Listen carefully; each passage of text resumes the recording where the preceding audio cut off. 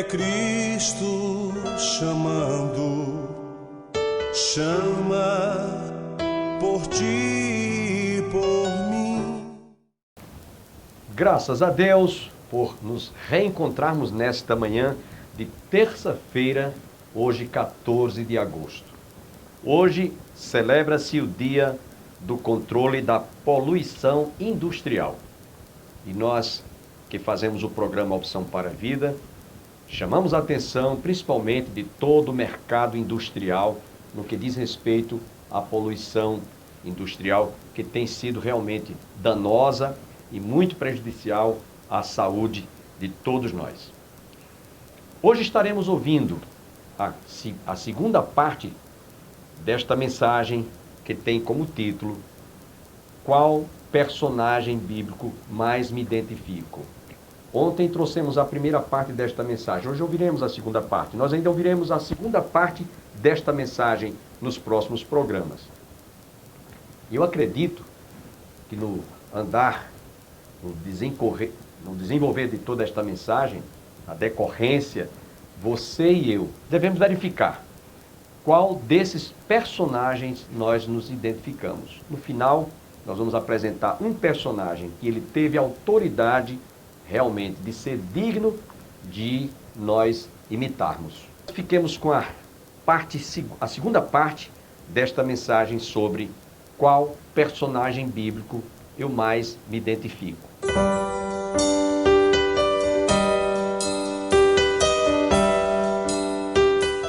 Pega um filho recém-nascido, joga dentro de uma lata de lixo. O homem sem o temor a Deus, repito, é capaz de praticar coisas inimagináveis, você nem imagina. Então, Aminon ouviu seu pai praticar o crime e o adultério com Batseba. Naturalmente, aquela história ficou na sua mente: nada mais, nada menos do que eu possuir minha irmã. Meu pai tirou a vida de um homem para viver com uma mulher. Os filhos imitam os pais. Uma outra história também, de alguém que imita, que procura imitar. A Bíblia conta a história lá em 2 Crônicas 18, 29 a 34, de Josafá e Acabe. Eles se aparentaram, e diz o texto que Acabe chegou para Josafá e disse: olha, eu quero saber se você está disposto a ir comigo a Ramote de Gileade lutar contra os sírios.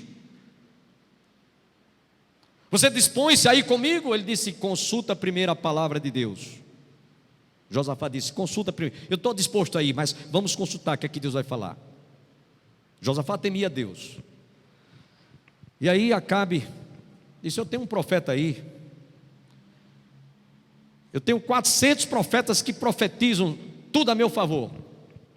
Chamaram aquele harém de profetas, e todos eles profetizaram: vai, sobe a Ramote de Gileade e você vai ser vitorioso. Eu vi todo Israel prevalecendo.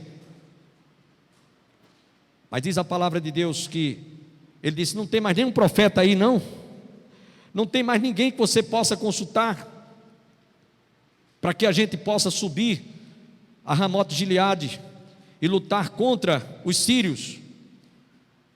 Então ele disse: tem um profeta aí, mas eu não vou com a cara dele, não gosto muito dele, porque ele só profetiza coisa ruim, negativa a meu respeito. Ele bota terra, ele é um profeta que não fala nunca aquilo que eu gosto de ouvir. Tem muitos crentes que só querem ouvir coisas que tragam afagos, só gosto de ouvir coisas que realmente parece que vai massagear o ego. Não gosta de ouvir mensagens duras, não. Só quer ouvir coisas que sejam boas, coisas que sejam agradáveis. Então diz o texto que ele diz: tem um profeta aí, mas eu não gosto muito dele, porque ele só profetiza coisa negativa. Mas eu só vou me sentar na mesa quando vocês trouxerem esse homem. Só vou me sentar à mesa para sair com você e subir a Ramote de Gileade depois que esse homem estiver na minha presença. Trouxeram então o profeta Micaías. A princípio ele ironizou, disse: eu vi todo Israel prevalecendo. Aí alguém disse: olha, fala a verdade, conjura-te que fale somente a verdade. Você quer ouvir a verdade? Pois eu vi todo Israel disperso, cada um voltando para casa. todo Israel disperso, o exército todo de Israel desbaratado. Eu não te disse, Josafá, que ele só profetiza coisa contrária contra mim? Dê escassez de pão e de água a esse homem, e quando eu voltar, eu acerto as contas com ele. Micaías disse: se tu voltares, Deus não falou pela minha boca. Se tu voltares com vida, Deus não falou pela minha boca. Então mesmo assim ele foi para o campo de batalha. E diz o texto sagrado que ele se vestiu como se fosse um soldado comum. O rei Acabe tirou suas vestes reais, se vestiu como um soldado comum e foi lá para o meio do campo de batalha lá. E diz o texto que embora ele tenha se disfarçado de rei para um simples soldado, um soldado sírio entesou o arco ao acaso e abriu o arco e desfechou a flecha. Estava disfarçado de um soldado, para confundir que ele não era o rei, que era quem estava sendo procurado para ser morto. O disfarce, meus irmãos, muitas vezes leva à morte. O disfarce é algo que você está expondo a sua vida a sofrer os danos e as consequências e as sequelas daquilo que você está fazendo ou cometendo de errado.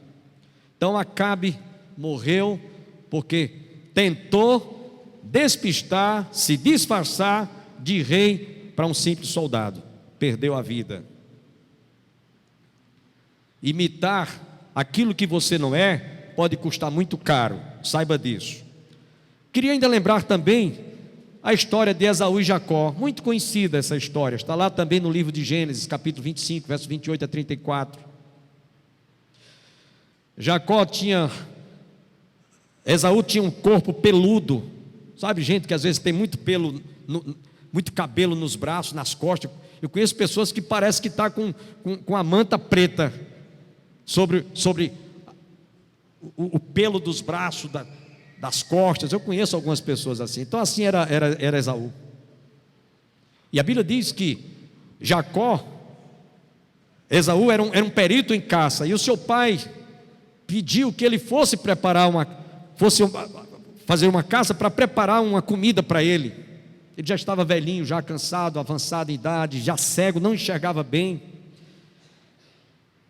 E a mãe dele ouviu isso, a mãe de Esaú e Jacó, e ela então chegou para Jacó e disse: olha, teu pai está pedindo que teu irmão vá fazer uma caça, e ele quer receber essa caça, mas eu quero que ele vai dar a bênção de primogenitura ao teu irmão, que ele é o primeiro, mas que eu quero que você receba essa bênção. E ela assim o fez.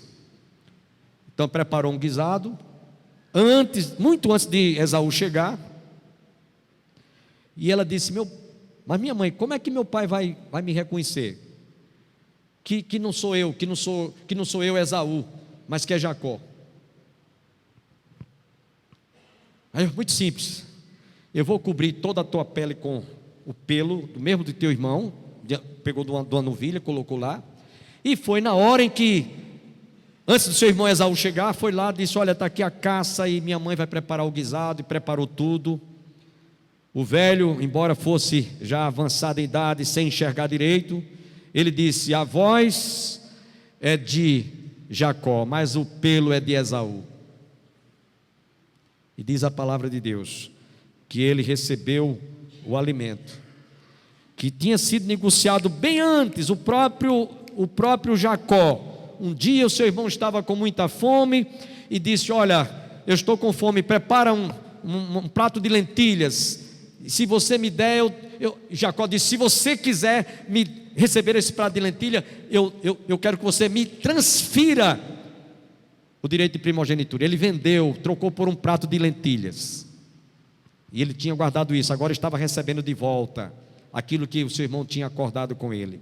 E diz lá no livro de Hebreus, no capítulo 12, versos 16 e 17, que Esaú, ainda que chorando, quis ter o direito recebido de volta, o direito de primogenitura, e ainda que chorando não recebeu, porque negociou com seu irmão. Vejam, irmãos, Jacó fingiu-se, passasse por Esaú para passar a perna nele. Sabe o que foi que isso custou? Ele constituiu o seu irmão como inimigo para o resto da vida. Ele teve que fugir, ele teve que sair, porque seu irmão jurou matá-lo. Irmãos, quando a gente não tem uma atitude honesta, sincera, transparente, pode se preparar que você lá na frente vai ter a cobrança. O próprio Jacó fugiu para não ser morto por seu irmão.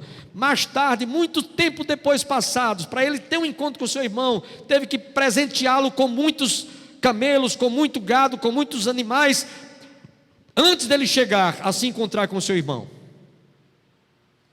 Uma manada de camelos, uma manada de cavalos, uma manada de bois, iam sempre, enquanto seu irmão se aproximava, ficou por último com a sua esposa e os seus filhos. De quem é essa camada? É teu irmão que está, isso é presente que teu irmão está te dando.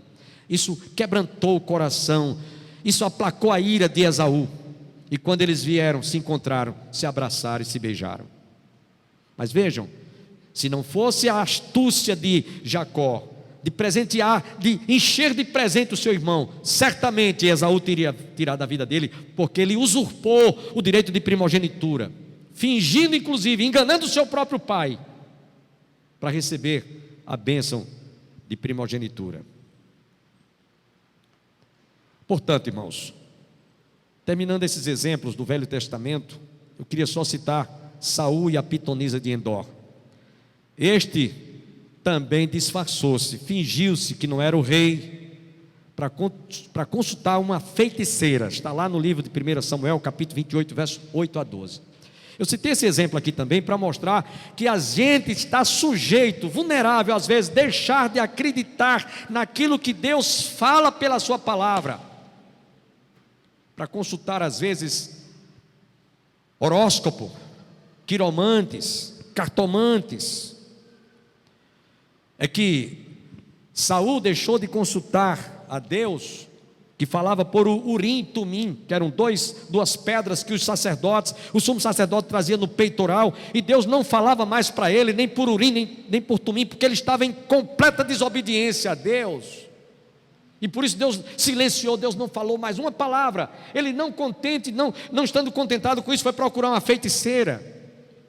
Cuidado para que você não deixe de consultar a palavra de Deus para estar consultando o horóscopo e tantas outras coisas que acontecem para você ter isso como orientação para a sua vida. Não imite as coisas que não estão de acordo com a palavra de Deus, poderão lhe trazer ou lhe fazer grandes males.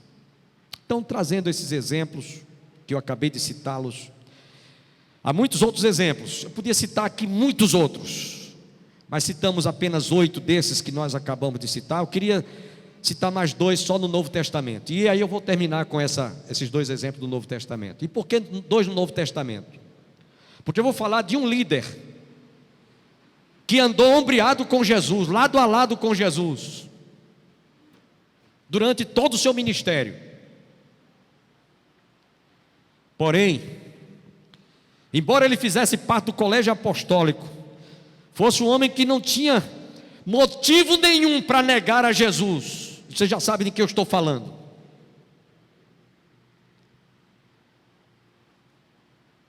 Mas ele simplesmente decidiu, optou negar que era um dos apóstolos de Jesus. Estou falando de Pedro. Ele não devia, ele tinha tudo para não ter esse tipo de atitude comportamental, mas ele teve, simplesmente por fraqueza espiritual, por ser um homem que, podemos dizer, ele estava em cima do muro. E o que eu vou citar aqui está lá no Evangelho de São Mateus, capítulo 26, versículos 58. E vocês vão ver que esse homem realmente, ele começou, diz o texto, capítulo 26, versículo 58, que ele começou a seguir Jesus de longe.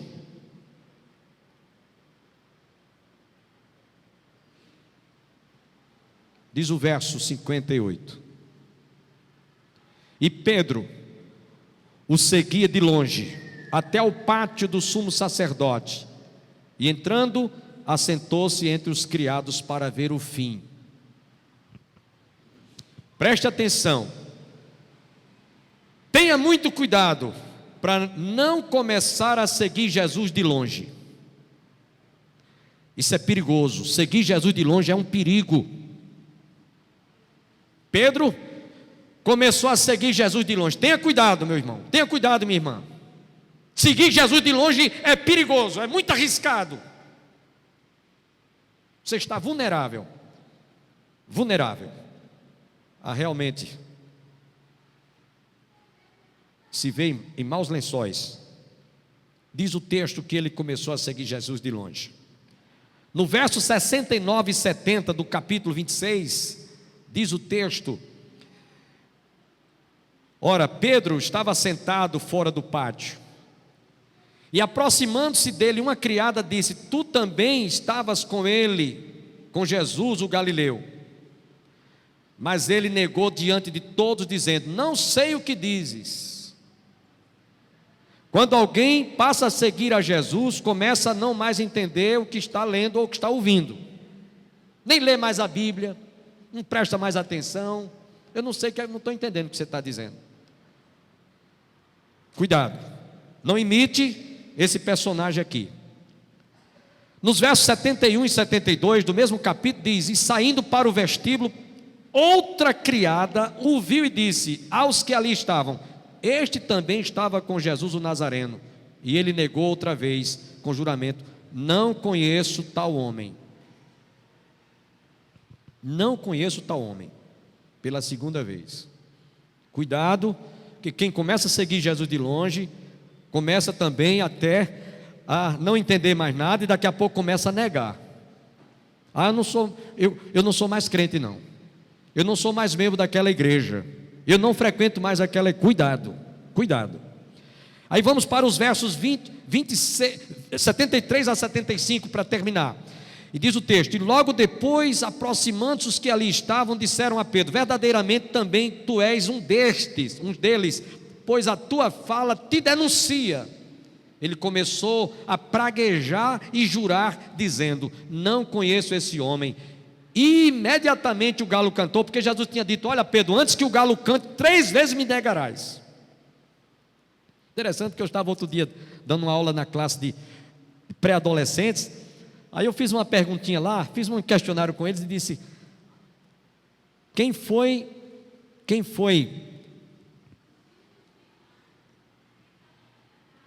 Sim, cite os milagres. Me cite o milagre.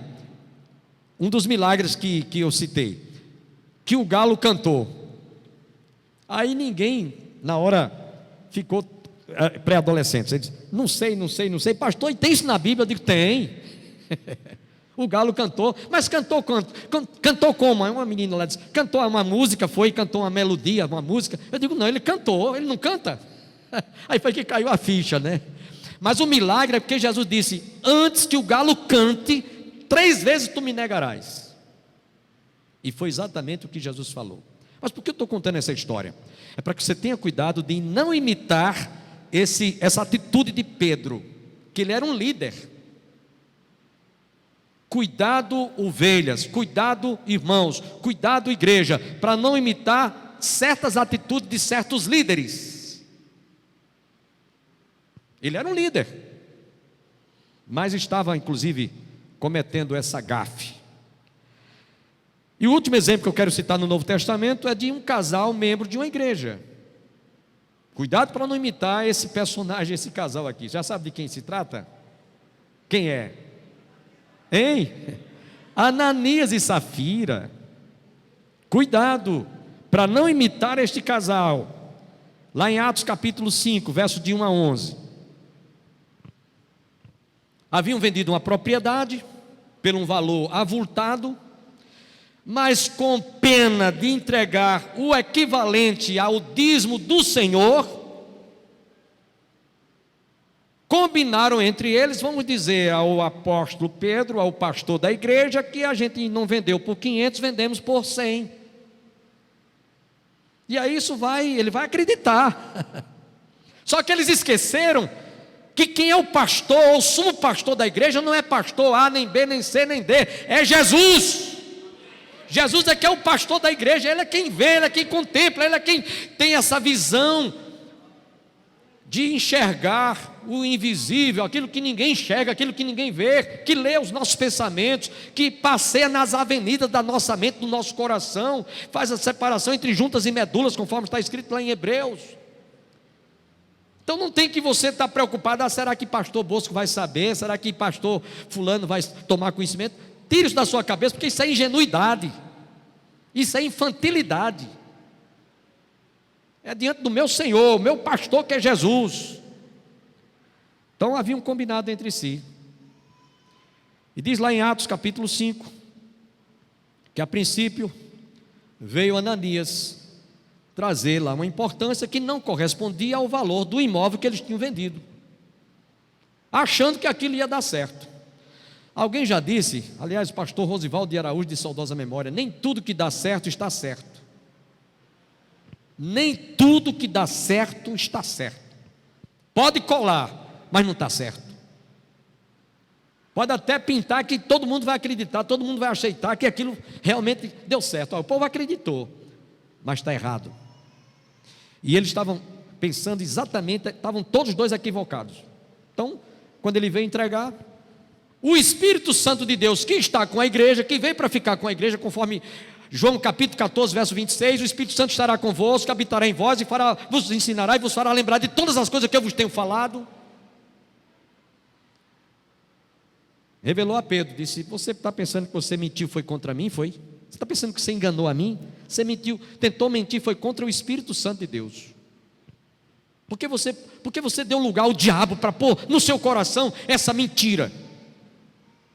Pois por conta disso, naquela mesma hora, o juízo de Deus veio sobre Ananias, ele caiu duro. Eu acredito que ele teve um infarto daqueles fulminantes. Caiu duro. Levaram-no. Daqui a pouco, passado algum tempo depois, vem Safira com a mesma conversa fiada. Eram membros de uma igreja, gente. Eram pessoas batizadas. Eram pessoas que tomavam a ceia, gente. Eram pessoas dizimistas, gente. Não eram visitantes, não eram incrédulos, não, eram membros de igreja, mas imitando e tendo atitudes desonestas, de infidelidade, forjando a mentira, mesmo como cristãos, mesmo como crentes, mesmo como membros de igreja. Então não se escandalize se tem gente que é membro de igreja tendo esse tipo de comportamento, não, porque a Bíblia está escrita aqui, o exemplo de Ananias e Safira. Não imite esses homens, não imite esse povo que eu acabei de falar. Não tem atitudes de imitar essa gente, não, que você vai se dar mal. Quando o Ananias entra com a mesma conversa fiada, mas por que vocês combinaram? Olha, eis aí a porta, os pés e as mãos daqueles que levaram o teu marido e vão te levar também. Ela, pá! Caiu dura, outro infarto fulminante. Irmãos, preste atenção. Esse casal forjou uma mentira para justificar que estavam devolvendo a Deus o que não correspondia ao que eles haviam combinado. Eles maquiaram, chama-se maquiar, o que eles estavam dizendo. Estavam entregando o dízimo, estavam não correspondendo ao valor. Sabe, irmãos, cuidado para que nós não imitemos esse tipo de comportamento, às vezes colocando no envelope da igreja um valor que não corresponde àquilo que você realmente ganha. Isso é desonestidade, isso é infidelidade, não contra a igreja, contra o Deus da igreja, contra o pastor da igreja que é Jesus. Seja fiel a Deus. Seja fiel a Deus. Quem é fiel no pouco é fiel no muito. Se você não está sendo fiel no pouco, quanto mais no muito. Lembre-se que Deus espera que nós não imitemos aquilo que é desonesto, aquilo que é errado, aquilo que não traz nada de positivo. Agora, para concluir, estou concluindo. Essa é a primeira parte dessa mensagem, porque tem a segunda parte. Eu vou pregar outro dia. para que tudo isso não aconteça na minha vida, na sua vida, na nossa vida, ou não aconteça conosco, nós devemos viver, irmãos, como cristãos, praticando um cristianismo sem disfarce, sem ser maquiado, sem maquiagem. Precisamos de viver um cristianismo real, autêntico. Eu quero chamar a atenção dos irmãos para esse versículo aí de Paulo, quando ele diz: sede meus imitadores, como eu sou de Cristo Jesus. Atentemos para essa recomendação que Paulo deixou, e eu quero dizer uma coisa para vocês aqui. O único apóstolo dos apóstolos, de todos os apóstolos, que teve autoridade para dizer: vocês querem aprender a ser cristãos? Vocês querem viver o cristianismo real e autêntico? Olhem para a minha vida, vejam como eu pratico, vejam como eu ando, vejam o meu procedimento, vejam o meu comportamento, minhas atitudes, vejam como eu me relaciono com esse Senhor Jesus, que transformou a minha vida. Vejam como é que eu encaro a palavra de Deus, sem ser com leviandades, sem ser com falcatrua, sem ser com essas maneiras e atitudes aí, muitas vezes travestidas de cristianismo. São verdadeiros é um cristianismo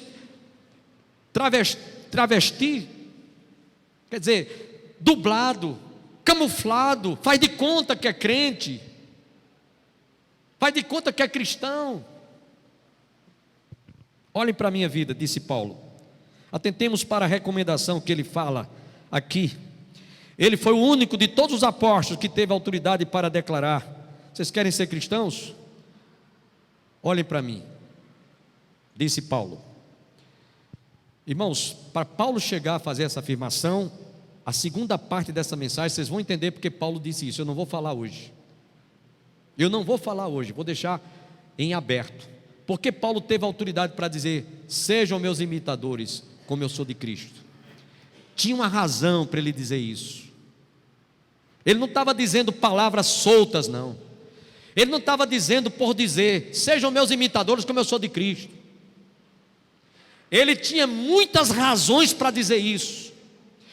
Só que nós, ao invés de termos atitudes, de imitarmos aquilo que é bom, aquilo que é positivo, aquilo que é construtivo, aquilo que traz benefícios para a gente está procurando imitar aquilo que leva você a ter vantagem, mas desonesta, com mentira, com enrolada, com falcatrua, né? com esse evangelho self-service que tem por aí, com esse evangelho camuflado, que de evangelho não tem nada. Que ao invés dos cristãos serem fiéis a Deus, entregando apenas o dízimo, estão sendo roubados, porque estão sendo explorados, com uma maneira muito fora daquilo que a Bíblia descreve, quanto a você contribuir para manter o reino de Deus, e as pessoas estão aí aceitando todo esse tipo de ensinamento errôneo e absurdo. Paulo tinha razão, ele tinha autoridade para dizer: sejam meus imitadores, como eu sou de Cristo. Quem quiser saber, na segunda parte dessa mensagem, eu vou estar trazendo a conclusão e citar esse apóstolo que foi realmente muito ousado em dizer: sejam meus imitadores, como eu sou de Cristo Jesus. Que Deus nos abençoe. Agradeço a todos que estiveram conosco. Esperamos em Deus estarmos juntos no próximo programa, se Deus quiser.